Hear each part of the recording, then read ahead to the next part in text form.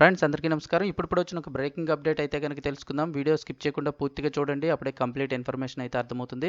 మరో ఘోర రైలు ప్రమాదం అయితే జరిగింది. తీవ్ర ఆందోళనలో సీఎం అని అయితే అప్డేట్ వచ్చింది. వివరాలు ఈ వీడియోలో తెలుసుకుందాము. ఫ్రెండ్స్ వీడియో చూసే ముందు మొదటిసారి మన ఛానల్ చూస్తున్నారు తప్పకుండా సబ్స్క్రైబ్ చేసుకోండి. చాలామంది సబ్స్క్రైబ్ చేసుకోకుండా వీడియోస్ అయితే చూస్తున్నారు. ప్రభుత్వం నుంచి వచ్చే ముఖ్యమైన అప్డేట్స్ మిస్ అవ్వకుండా మీరు ముందుగానే తెలుసుకోవాలి అనుకుంటే ఛానల్ని సబ్స్క్రైబ్ చేసుకొని ఫాలో అవుతానండి.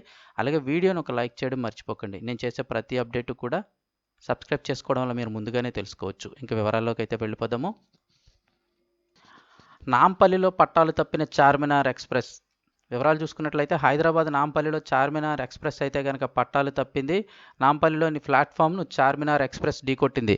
దీంతో చార్మినార్ ఎక్స్ప్రెస్ 3 బోగీలు పట్టాలు తప్పాయి. ఈ ప్రమాదంలో 50 మంది ప్రయాణికులకు అయితే గాయాలైనట్లు తెలుస్తోంది. వీరిని హుటాహుటిన లాలగూడలోని రైల్వే ఆసుపత్రికి అయితే తరలించారు. ప్రమాదంతో ఒక్కసారిగా ప్రయాణికులు తీవ్ర భయాందోళనకు గురయ్యారు. ఈ ప్రమాదంలో S2, S3, S6 బోగీలు పాక్షికంగా దెబ్బతిన్నాయి. చార్మినార్ ఎక్స్ప్రెస్ నాంపల్లి స్టేషన్కి చేరుకుంటున్న సమయంలో ఈ ఘటన జరిగింది. ఘటనకు సంబంధించిన వివరాలు అయితే కనుక వెల్లడించారు. ఓవర్ స్పీడ్తోనే రైలు ప్రమాదం జరిగిందని చెప్పేసి సిపిఆర్ఓ రాకేష్ అయితే వెల్లడించారు.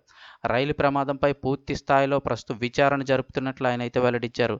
సికింద్రాబాద్ నుంచి నాంపల్లి వచ్చిన చార్మినార్ ఎక్స్ప్రెస్ రైలు నాంపల్లి రైల్వే స్టేషన్లో ప్రమాదానికి గురైన విషయం తెలిసిందే. నాంపల్లి రైల్వే స్టేషన్లో రాకేష్ అయితే విలేకరులతో మాట్లాడారు. చాలామంది ప్యాసింజర్లు సికింద్రాబాద్లోనే దిగిపోయారని వెల్లడించారు.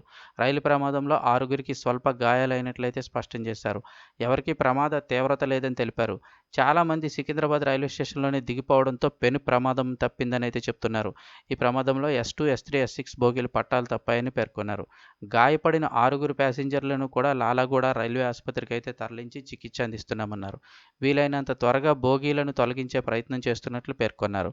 పట్టాలు దెబ్బతిన్నట్లు తెలిపారు. రైలు ప్రమాదం వల్ల ఇతర రైళ్లనేమీ రద్దు చేయలేదని సిపిఆర్ఓ రాకేష్ అయితే స్పష్టం చేశారు.